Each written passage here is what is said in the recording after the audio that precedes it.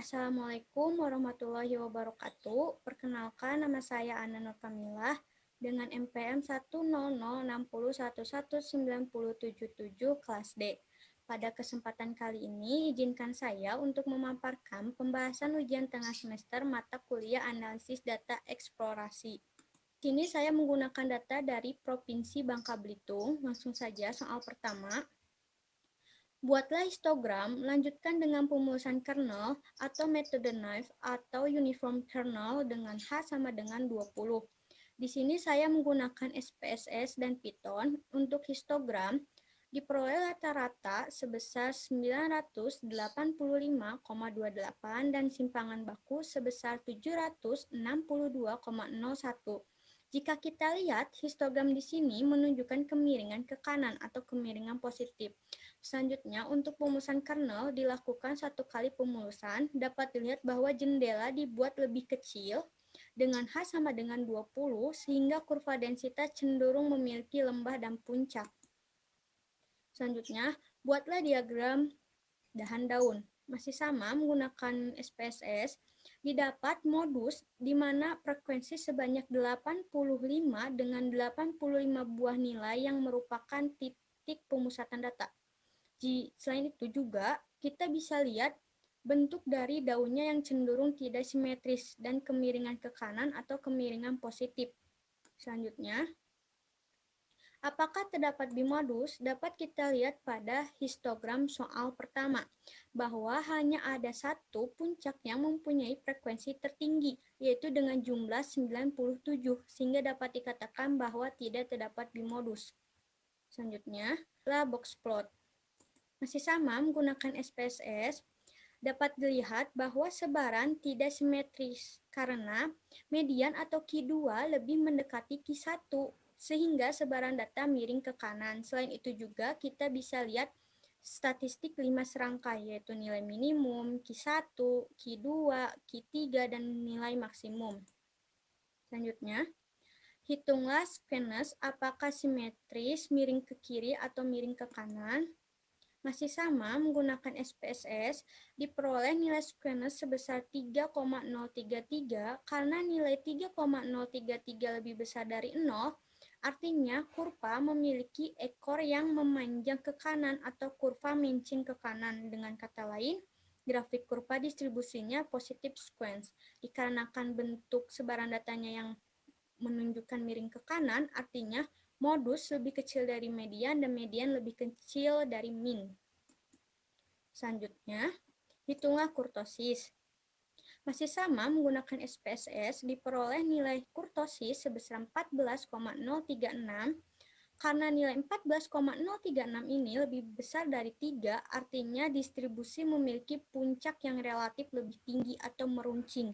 Dengan kata lain, bentuk kurvanya yaitu leptokurtis, karena nilai keruncingannya lebih besar dari 3, atau disebut juga kurtosis positif. Apakah terdapat pencilan? Di sini saya menggunakan box plot dari SPSS. Dapat dilihat bahwa terdapat pencilan yang dilingkari biru ini karena ada beberapa data yang melewati garis whiskers atau pagar dalam atas yang melewati garis ini. Selanjutnya, hitunglah trimmed mean dengan alpha 0,05. Di sini saya menggunakan R. Di sini menunjukkan bahwa rata-rata terpangkas 5% pada masing-masing ujung kiri dan kanan data sebesar 890,2012.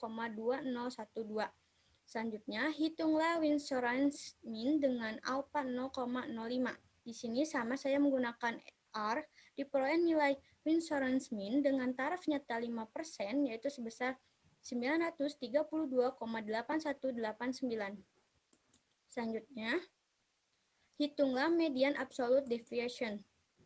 Di sini masih sama menggunakan R, bahwa dapat dilihat di sini nilai simpangan baku data adalah 762,0101 yang sangat besar karena adanya amatan pencilan pada data. Dengan menggunakan pendekatan kekar, menggunakan bantuan median absolute deviation, diperoleh nilai simpangan baku kekar sebesar 459,6060 yang diperoleh dari 1,4826 dikali nilai median absolute deviation, yaitu 310,0000. Selanjutnya, hitunglah jenis means difference. Di sini saya masih menggunakan R. Di sini menunjukkan bahwa rata-rata selisih nilai antara satu amatan dengan amatan lainnya sebesar 700,6585. Dikarenakan nilai jenis means difference semakin besar, maka dapat diindikasi bahwa antar amatan memiliki nilai yang semakin berbeda atau gugus data berisi amatan yang heterogen. Selanjutnya, buatlah Kiki plot dengan mu yang ditaksir oleh rata-rata dan sigma yang ditaksir oleh simpangan baku dari data tersebut. Di sini saya menggunakan SPSS. Plot yang pertama itu mu yang ditaksir oleh rata-rata.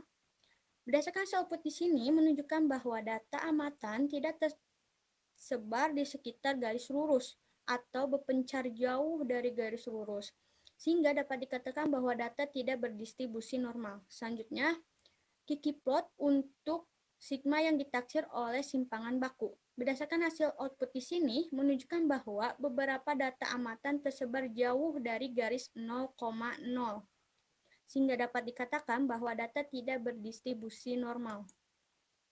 Selanjutnya, lakukan uji kenormalan dengan uji Kolmogorov-Smirnov. Di sini, untuk hipotesisnya, H0 data menyebar normal dengan rata-rata 985,28 dan simpangan baku 762,010. Dan H1-nya data tidak menyebar normal dengan rata-rata 985,28 dan simpangan baku 762,010. Di sini saya menggunakan SPSS diperoleh nilai p-value sebesar 0,000. Dengan kriteria uji, tolak H0 jika nilai p-value lebih kecil dari alfa karena diperoleh nilai 0,000 lebih kecil dari 0,05, maka H0 ditolak. Kesimpulannya, dengan menggunakan taraf arti 5%, karena nilai p-value lebih kecil dari alfa, maka H0 ditolak. Artinya data tidak menyebar normal atau banyaknya keluarga di setiap desa yang ada di Provinsi Bangka Belitung tidak berdistribusi normal. Cukup sekian yang dapat saya sampaikan. Mohon maaf apabila terdapat kesalahan. Kurang lebihnya mohon dimaafkan. Wassalamualaikum warahmatullahi wabarakatuh.